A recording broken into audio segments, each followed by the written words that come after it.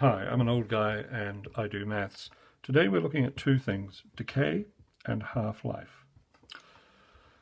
Decay is pretty easy to define. It's the decomposition of something over time. Now that may be the value of money, it may be the value of a piece of machinery. When we start connecting it with half-life, we're usually talking about elements on the periodic table. And that's how this question came to me. Exactly what is a half-life and what does the equation for it look like? Now, the equation that you're going to see here is a very, very simple form of that, and we're not considering the length of that half-life. We're just talking about it in terms of time, a period of time. So let's get into this and get the basics explained. So let us assume that we have an object, maybe an element, maybe something else, but it's decomposing at a specific rate. And after a period of time, 2 kilograms of it becomes 1. And after the same, and this is important, the same period of time, 1 kilogram of it decays to the point where it is only half a kilogram. And from that, we can discern a ratio. And that ratio is calculated by dividing this number into that, or this number into that. Now, you can see here that our ratio, which is common, it's usually referred to as the common ratio, is 1 divided by 2, which is a half.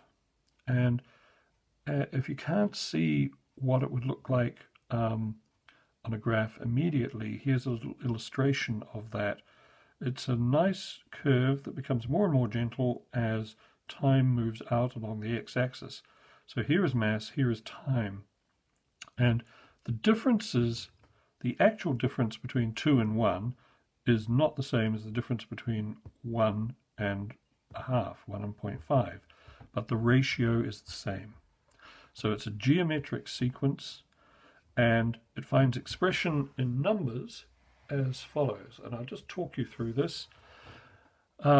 This is our important number, 1/2, which is the ratio. Here is our mass. And if we take this number here as being one time period, so this is 2 times 1/2 to the power of 1. A half to the power of 1 is a half. So 2 times a half is equal to 1. And that's how we get from there to there, mathematically. If we want to do this again, we can either take this number and do this, and we'll get that, or we can do the following. 2 times 1/2 times 1/2, which gives us 0.5. We can tidy this up, and we can write it as 2 times 1/2 to the power of 2. And this is the key to the calculation, one of the keys rather, to the calculation of problems involving half-lives. This number here is the number of time periods. And those of you familiar with depreciation will recognize this as a form of reducing balance depreciation. No more, no less. It is the same mathematics. And again, I would stress that we're not getting into things like the calculation of actual half-lives. We're not interested in time or anything like that. This is just an introduction. So if I were to do this for 3 time periods, and we can look up here and see that the next time period would mean that this goes from a half to a quarter, well, we multiply 2 by 1/2, 1/2, to the power of 3, and we get 0.25. Now just let me show you that. There it is. 2 times 1/2 to the power of 3 equals 0.25.